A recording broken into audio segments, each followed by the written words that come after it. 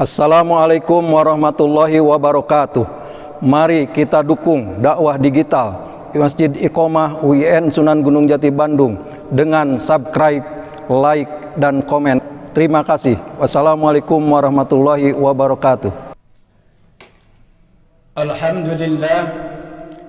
Alhamdulillahilladzi khalaqal mauta wal hayata liyabluwakum ayyukum ahsanu amala. Asyhadu an la ilaha illallah wa asyhadu anna Muhammadan abduhu wa rasuluh. Allahumma salli wa sallim wa barik ala Muhammadin wa ala alihi wa sahbihi ajma'in. Amma ba'du, fa ya ayyuhan nas ittaqullaha haqqa tuqatih wa la tamutunna illa wa antum muslimun. وقال الله تعالى في القرآن الكريم: أعوذ بالله من الشيطان الرجيم بسم الله الرحمن الرحيم كل نفس ذائقة الموت ونبلوكم بالشر والخير فتنة وإلينا ترجعون. صدق الله العظيم.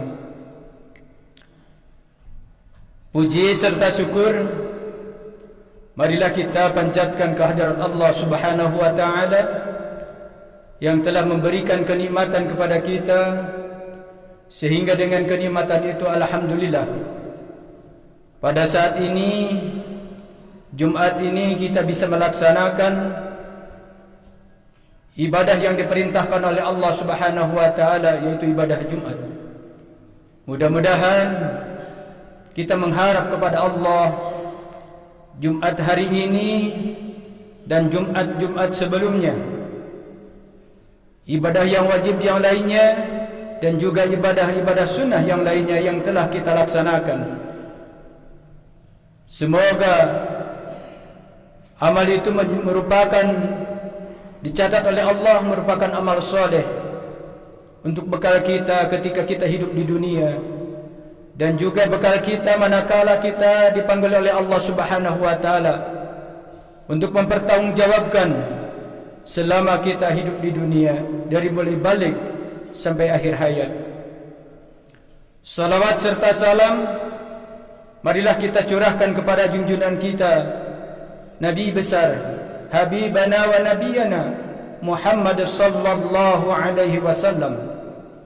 Juga tidak lupa kepada keluarganya, kepada sahabatnya, para tabi'in, dan juga mudah-mudahan kita semua yang senantiasa memohon dan berdoa kepada Allah agar kita semua termasuk umat Rasulullah sallallahu alaihi wasallam, dan kita juga memohon agar kita selalu taat dan patuh terhadap ajaran Rasulullah sallallahu alaihi wasallam, sehingga di akhir kelak nanti kita bersama-sama dengan junjungan kita Nabi besar Muhammad sallallahu alaihi wasallam ada dalam ridha Allah Subhanahu wa taala. Amin ya Allah ya rabbal alamin. Hadirin ahli jamaah, ahli Jumat rahimakumullah, yang senantiasa mengharapkan keridhaan dari Allah. Khatib memiliki tugas khususnya berwasiat bittaqwa, mengajak khusus diri khatib, umumnya hadirin ahli Jumat rahimakumullah, marilah kita tingkatkan keimanan dan ketakwaan kita kepada Allah Subhanahu wa taala. Marilah kita mengevaluasi segala macam apa yang diperintahkan oleh Allah, mengevaluasi apa yang telah dilaksanakan oleh kita. Jangan-jangan apa yang kita laksanakan ternyata tidak memiliki makna apa-apa di hadapan Allah Subhanahu wa taala. Sekali lagi khatib mengajak, marilah kita untuk meningkatkan keimanan dan ketakwaan kepada Allah. Hanya dengan ketakwaan itulah manusia bisa selamat di dunia wal akhirah. Dalam wasiat bittaqwa ini marilah kita untuk menelaah ayat-ayat Allah dan juga ayat-ayat kauniyah yang ada di sekeliling kita, yang terjadi di sekitar kita, dan juga menelaah apa yang disampaikan oleh Rasulullah sallallahu alaihi wasallam. Mudah-mudahan dari semua yang ada tersebut, kejadian yang ada di lingkungan kita, di sekitar kita, apa yang kita baca di dalam Quran dan Sunnah Rasulullah, menjadikan motivasi kepada kita untuk senantiasa meningkatkan ketakwaan dan keimanan kepada Allah, dan juga memberikan motivasi agar kita senantiasa hati-hati dan waspada dalam kehidupan di dunia ini. Hadirin ahli Jumat rahimakumullah, saat ini bahkan sudah hampir 2 tahun yang senantiasa ditakuti oleh umat manusia di seluruh dunia, khususnya di Indonesia, adalah kematian. Hampir rata-rata semua orang takut dengan kematian. Padahal kematian itu adalah sesuatu yang pasti akan datang kepada setiap manusia, kepada setiap makhluk yang bernyawa. Itu sudah dinaskan di dalam Al-Quran. Misalnya di dalam surat Al-Anbiya ayat 35 yang khatib bacakan tadi, kullu nafsin dha'iqatul maut. Setiap yang bernyawa, setiap insan, setiap manusia, bahkan setiap yang bernyawa, semuanya akan mati, akan meninggalkan dunia yang fana ini, akan menghadap kehadirat Allah Subhanahu wa taala. Bukan kematian yang harus kita takuti, tetapi yang harus kita takuti adalah ketika kematian itu datang kepada kita, yang harus kita takuti, amal apa yang akan kita bawa nanti ketika kita menghadap kehadirat Allah Subhanahu wa taala. Tidak ada satupun yang akan menemani kita, tidak ada satupun yang akan menolong kita, kecuali amal kita ketika kita di dunia. Amal yang kita laksanakan sesuai dengan tuntunan Allah dan Rasulnya. Kita renungkan hadis yang disampaikan oleh Rasulullah SAW, yang diriwayatkan oleh Bukhari dan Muslim. Nomor hadis 2964. Rasul bersabda, yatba'ul mayyit salasatun yarji'u isnani wa yabqa ma'hu wahid, yatba'uhu ahluhu wa maluhu wa amaluhu fa yarji'u ahluhu wa maluhu wa yabqa amaluhu. Ketika seseorang meninggal dunia, ketika seseorang mati, akan menghadap kehadirat Allah Subhanahu wa taala ketika sebelum dikubur, memasuki kuburan. Mereka akan diikuti oleh 3 golongan. Yang pertama, ahluhu, ahlinya, keluarganya, sanak familinya akan ikut menghantarkan seorang mayit memasuki alam kubur. Yang kedua, mungkin wamaluhu, apabila dia punya kendaraan tempatnya jauh, maka keluarganya menaiki kendaraan yang dimiliki oleh si mayit ketika masih hidup. Dan yang ketiga, wa amaluhu, amalnya yang akan mengikuti mayit tersebut. Tetapi dalam hadis tersebut dikatakan, yarji'u isnani, yang 2 itu akan kembali lagi ke tempat masing-masing. Yang 1 itu tetap akan menemani si mayit di dalam kubur. Mana yang akan kembali lagi ke asalnya, ke rumahnya, ke tempat penyimpanannya, yaitu ahluhu wa maluhu, keluarganya, sanak familinya, tidak akan menemani mayit di dalam kubur, tetapi mereka akan kembali ke rumahnya masing-masing. Hartanya juga tidak dibawa ke alam kubur, tetapi akan dibawa lagi pulang ke rumahnya. Tetapi yang menemani itu adalah wa amaluhu, amalnya ketika di dunia, yang akan menemani baik amal yang jelek maupun amal yang buruk. Alangkah ruginya apabila yang menemani di dalam kubur itu amal yang jelek, amal kemaksiatan, amal yang tidak sesuai dengan tuntunan Allah dan Rasulnya. Alangkah beruntungnya manakala yang menemani di dalam kubur itu adalah amal yang baik. Pertanyaannya, amal yang mana yang akan menemani kita di dalam kubur? Ternyata keluarga setelah kita berbaring di dalam kubur, gak ada yang mau menemani. anak yang dicintai, istri yang dicintai, sanak famili yang dicintai.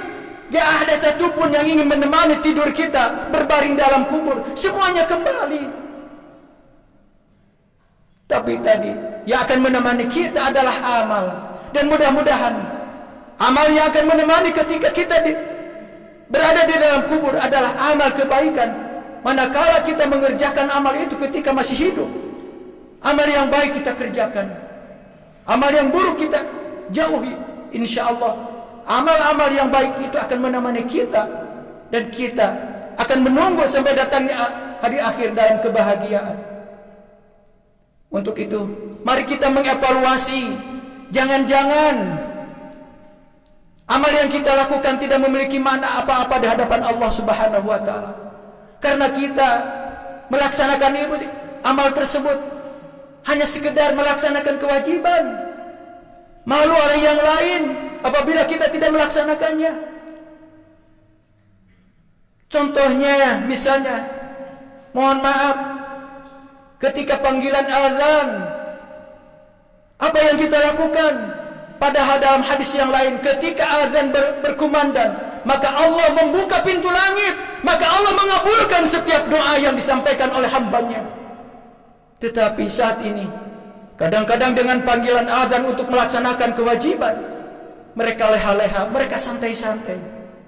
Berbeda dengan panggilan-panggilan yang lain ketika ada keuntungannya untuk kehidupan dunia, mereka tidak mau ketinggalan. Untuk itu hadirin ahli jamaah rahimakumullah, mari kita evaluasi dalam kehidupan kita sehari-hari. Mungkin bapak-bapak hadirin sekalian senantiasa tidak ketinggalan melaksanakan sholat, tetapi juga evaluasi sholat kita. Apakah sholat kita memiliki makna? Apakah sholat kita memiliki nilai di hadapan Allah Subhanahu wa taala? Karena banyak orang yang melakukan sholat tetapi sholatnya tidak diterima. Kenapa? Karena tidak sesuai dengan ketentuan-ketentuan Allah Subhanahu wa taala. Untuk itu, sekali lagi khatib mengajak, marilah kita untuk mengevaluasi diri. Kematian ada di hadapan kita dan kita siapkan, bukan untuk ditakuti kematian itu, tetapi kita harus bersiap-siap kematian itu dengan melaksanakan perintah dari Allah Subhanahu wa taala. Mudah-mudahan wasiat ditaqwa meskipun singkat ada hikmah dan manfaatnya untuk bekal kita ketika kita di dunia, untuk bekal kita ketika kita menghadap kehadirat Allah Subhanahu wa taala. Barakallahu wa lakum fil Qur'anil Karim wa nafa'ani wa iyyakum bil ayati wa dzikril hakim wa taqabbala minni wa minkum tilawatahu innahu huwal ghafurur rahim.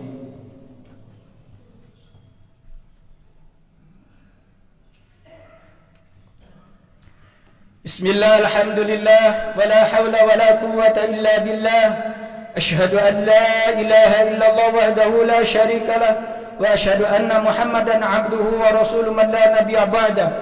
Allahumma salli wa sallim wa barik ala Muhammadin wa ala alihi wa sahbihi ajmain.